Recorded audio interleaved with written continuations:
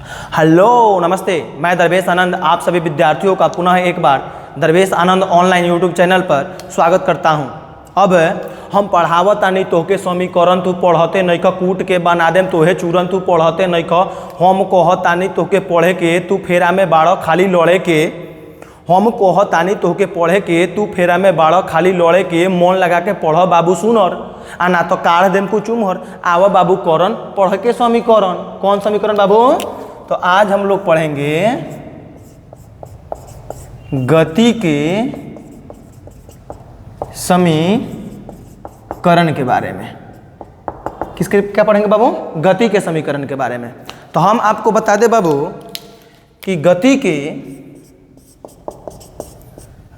के 3 समीकरण होते हैं। कितने समीकरण? 3 समीकरण होता है। एक होता है v बराबर u plus A T, v बराबर u प्लस ए टी। दूसरा होता है s बराबर U T plus half A T square, s बराबर U T plus half A T square. तीसरा होता है बुआ v स्क्वायर बराबर u स्क्वायर प्लस 2as। ये गति के 3 समीकरण हैं। गति के 3 समीकरण हैं। अब आप कहेंगे कि सर ये डायरेक्ट आप गति क्यों पढ़ा रहे हैं? तो ये आपको 9th में भी पढ़ने को मिलेगा और 11th में भी पढ़ने को मिलेगा। लेकिन बाबू हम जो ये पढ़ा रहे हैं ये कंपटीशन के बच्चों के लिए पढ़ा रहे हैं और ये हम बड़ी शॉर्ट में पढ़ाएंगे। 11th के बच्चों को जब पढ़ाएंगे हम पूरे डीपली से पढ़ाएंगे। कोई दिक्कत? तो बाबू यहाँ पर ध्यान दो, गति के कितने समीकरण? तो 1, 2 और 3।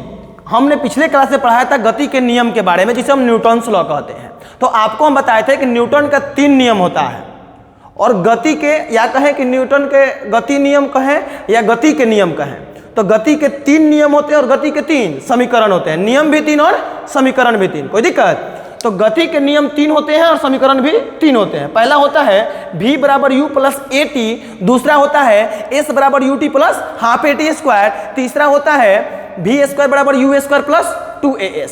कोई दिक्कत? अब बाबू अब कहेंगे कि सर गति क्या बोल रही है? गति क्या होता है? थोड़ा हमको बताइए ना सर, ये गति क्या होते हैं? थोड़ा बताइए हमको सर, गति क्या होता है? तो थोड़ा समझना। गति बाबू समझने वाली चीज है, थोड़ा समझना।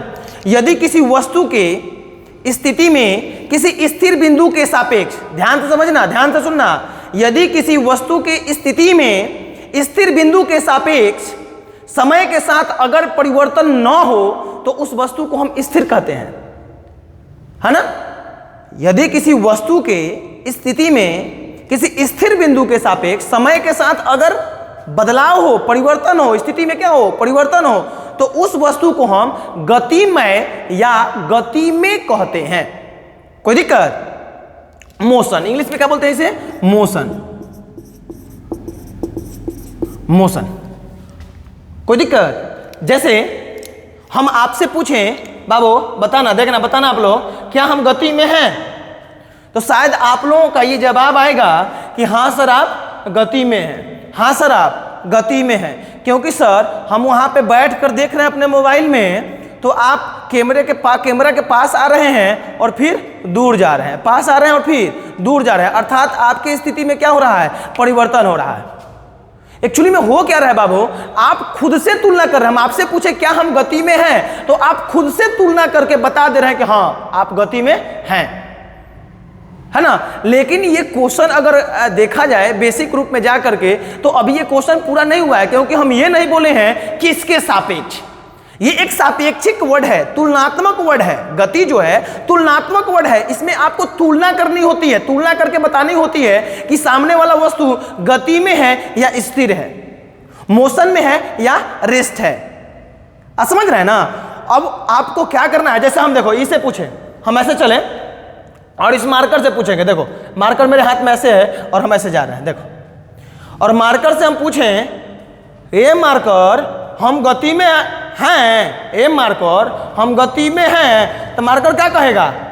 अगर हम केवल मार्कर से पूछे, मार्कर मेरे को दिख रहा है, हम पूछे ए मार्कर हम गति में हैं, तो मार्कर क्या कहेगा कि नहीं सर आप गति में नहीं हैं।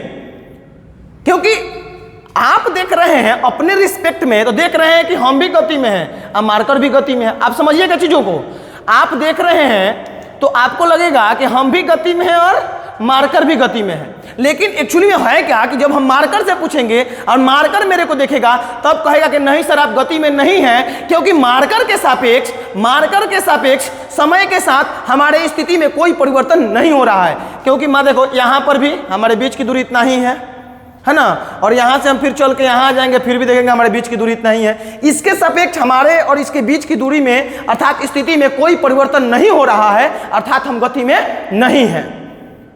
दैनिक जीवन से एक दूसरा एग्जाम्पल आप क्या देख सकते हैं बाबू, दैनिक जीवन से एक दूसरा एग्जाम्पल आप देख सकते हैं। ध्यान दीजिएगा, आप जब ट्रेन में सफर करते हैं और आराम से लेटे रहते हैं, थोड़ा सा ऐसे टेढ़े होकर के बाहर की चीजें नहीं दिखाई देती हैं। मान लीजिए एक साइड में क्या है, ट्रेन लगी हुई है। क्या लगी हुई है? ट्रेन लगी हुई है। कोई दिक्कत? तो आप देखते हैं ना, तो जब देखेंगे तो धीरे धीरे एक ट्रेन चलेगी। मान लेते हैं कि बगल वाली ट्रेन चली, आपकी ट्रेन स्थिर है, तो आप कंफ्यूज हो जाते हैं। आप ट्रेन को देखते हैं तो आप कंफ्यूज हो जाते हैं कि ट्रेन चल रही है कि सामने वाली ट्रेन चल रही है कि हमारी ट्रेन चल रही है, अर्थात बगल वाली ट्रेन चल रही है कि हमारी ट्रेन चल रही है, हमको पता नहीं चलता है। और इसको पता करने के लिए या तो प्लेटफॉर्म की तरफ किसी खड़े व्यक्ति के साथ हम तुलना करते हैं, या अगल बगल में कोई पेड़ है तो उससे हम तुलना करते हैं और तुलना करके बताते हैं कि हमारी ट्रेन गति में है कि सामने वाली की ट्रेन गति में है।